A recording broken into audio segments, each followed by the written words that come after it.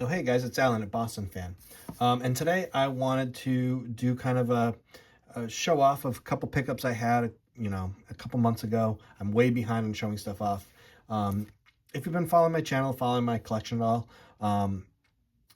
over the winter I've gotten really into pre-war and namely like tobacco and early 20th century cards. And namely through that, trying to piece together a collection of early Boston Red Sox history. And showing that history, and I'm going to steal kind of a line from Jake at Waxback Wisdom, but showing that history through the cards that were produced at the time.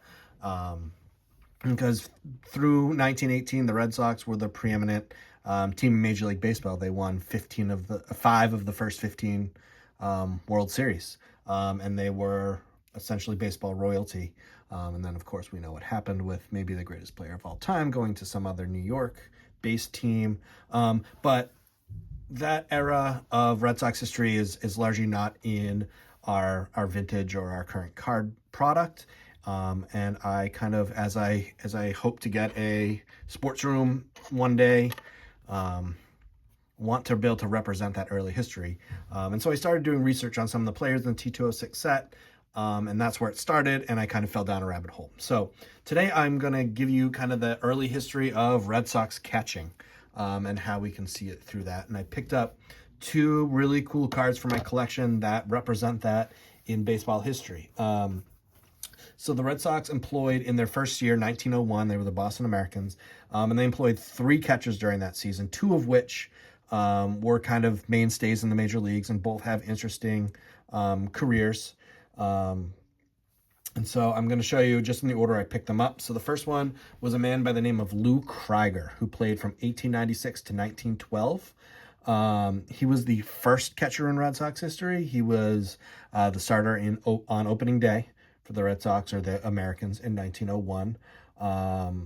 And he was on the 1903 World Series championship team. He caught every inning of the first World Series against the Pittsburgh Pirates.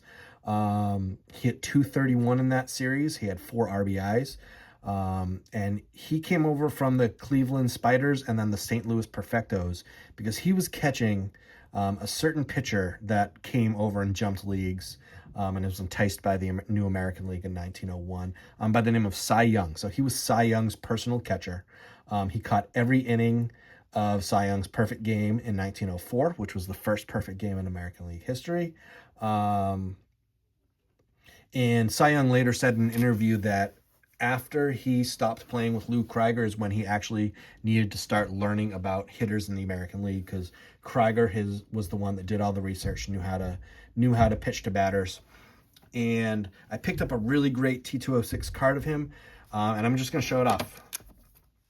He has a portrait for the St. Louis team, St. Louis Americans, and they got this in a 1. Now, if you can see it, it is just beautiful. The red on this is gorgeous.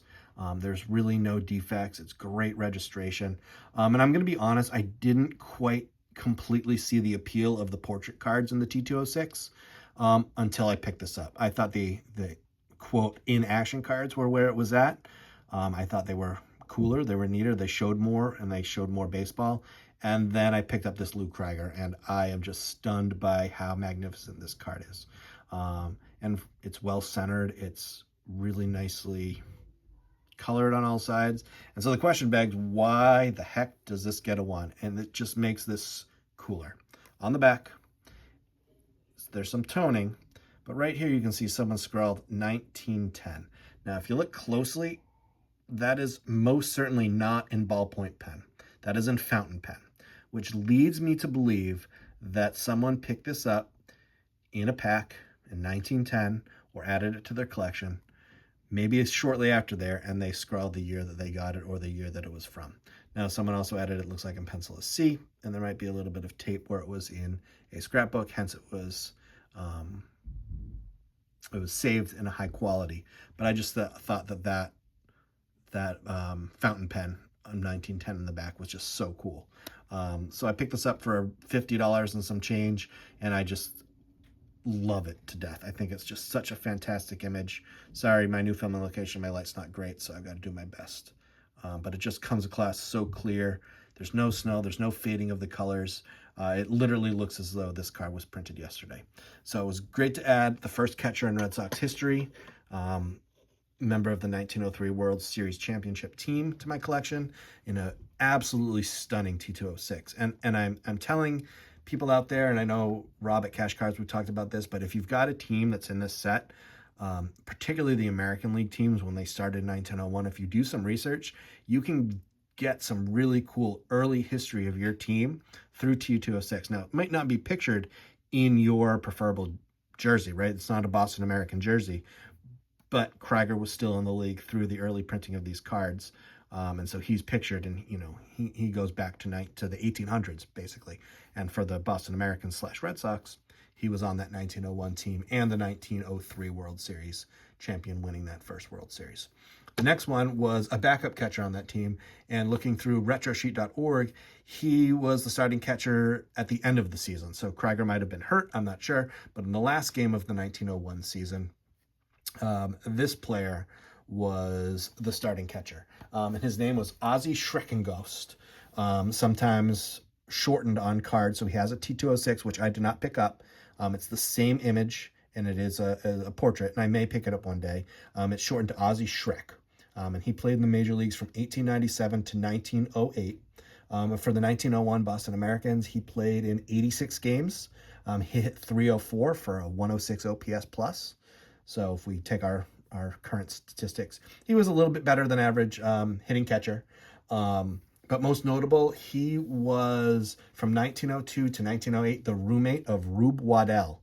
And they put them together because they thought Ozzie Schreckengost would help kind of tame Rube Waddell and keep him straight on the narrow. He ended up playing in the 1905 World Series. And an interesting thing that I found when researching this player is when they were on the road, the players would share a double bed. Teams would obviously not go out for the suites that they do today. And so he would share a bed with Rube Waddell, and he had Connie Mack put into Rube Waddell's contract a clause that said that Rube Waddell would not eat crackers in bed, because Rube Waddell had a habit of getting animal crackers, or what would have been animal crackers at the time, and eating them in bed, and of course crumbs galore. And Schreckengost hated that, so he wanted something in Rube Waddell's contract to prevent that from happening. So I was able to pick up this really cool card. It's the oldest card in my collection. It's a 1904 AL Fan Craze, showing him in the Philadelphia uniform.